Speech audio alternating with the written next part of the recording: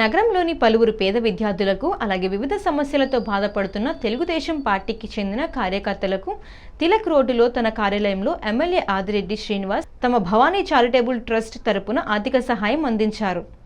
కష్టాలు ఇబ్బందుల్లో ఉన్న తెలుగుదేశం పార్టీ ప్రతి కార్యకర్తకు పేద విద్యార్థులకు తాము తమ కూటమి ప్రభుత్వం అండగా ఉంటామని ఆదిరెడ్డి అన్నారు.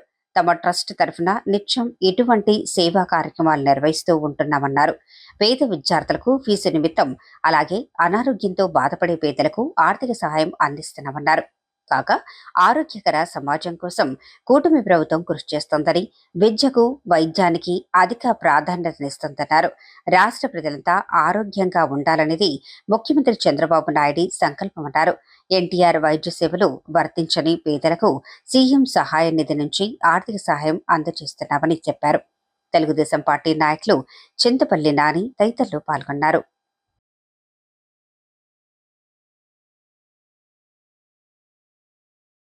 ఈ ఒక సంవత్సరం పొడుగునా కూడా ఒక పక్కన ప్రభుత్వం అందించిన కార్యక్రమాలు అందుతున్నా ఇంకా నిరాశతో ఏదైనా ఎవరైనా సాయం అందిస్తే బాగుంటుందన్న ఆలోచనతో అనేకమైన కుటుంబాలు ఉన్నాయి. ఒక పక్కన ఎన్టీఆర్ వైద్య సేవ ఉన్న ముఖ్యమంత్రి సహాయ నిధి ద్వారా అనేక మందిని ఈ నియోజకవర్గాన్ని సుమారు 2 కోట్ల రూపాయలు తీసుకొచ్చి ఈ రోజు వరకు అనేక మంది కుటుంబాలకి చంద్రబాబు నాయుడు గారి యొక్క సహకారంతో ఆదుకోవడం జరిగింది. ఇవన్నీ చేస్తున్నా ఇంకా ఇబ్బందులు ఉన్నప్పుడు స్వచ్ఛంద సంస్థలు వారి వంతు పాత్ర వారు పోషించాల్సిన అవసరం ఉంది. ఈరోజు స్వచ్ఛంద సంస్థలు ఒక పాత్ర నేను అనేక సందర్భాల్లో చెప్పాను.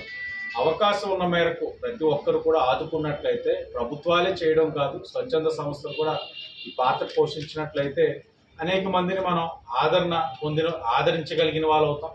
వాళ్ళందరికీ కూడా ఒక ధైర్యం, ఎవరో ఒకరు ఆదుకుంటారు. ఇదే చంద్రబాబు నాయుడు గారు ఒక ఆలోచన. P4 ఏదైతే విధానం ఉందో, బంగారు కుటుంబం, ఏదైతే ఆర్థికంగా ఇబ్బందులు ఉన్న వాళ్ళని సంపన్నులు ఆదుకున్నట్లయితే ఈ యొక్క ఆర్థిక అసమానతలు సమాజంలో తొలగించడానికి అవకాశం ఉంటుందన్నది గౌరవ ముఖ్యమంత్రి గారి యొక్క ఆలోచన. ఆ ఆలోచన అనుగుణంగా ఈ భవానీ చారిటబుల్ ట్రస్ట్ కూడా ఈ నియోజకవర్గంలో పనిచేస్తుందని తెలియజేస్తూ, ఇంకా పార్టీ పరంగా కానివ్వండి, లేకపోతే ఈ నియోజకవర్గ ప్రజలు కానివ్వండి, ఎవరైనా సరే ఇలా ఉన్నప్పుడు వాళ్ళ యొక్క సమస్యను గుర్తించి వార్డులో తిరుగుతా ఉన్నా ఎక్కడైనా ఎదుర్కొన్నప్పుడు ఆ సమస్యను బట్టి మన ఆర్థిక సహాయం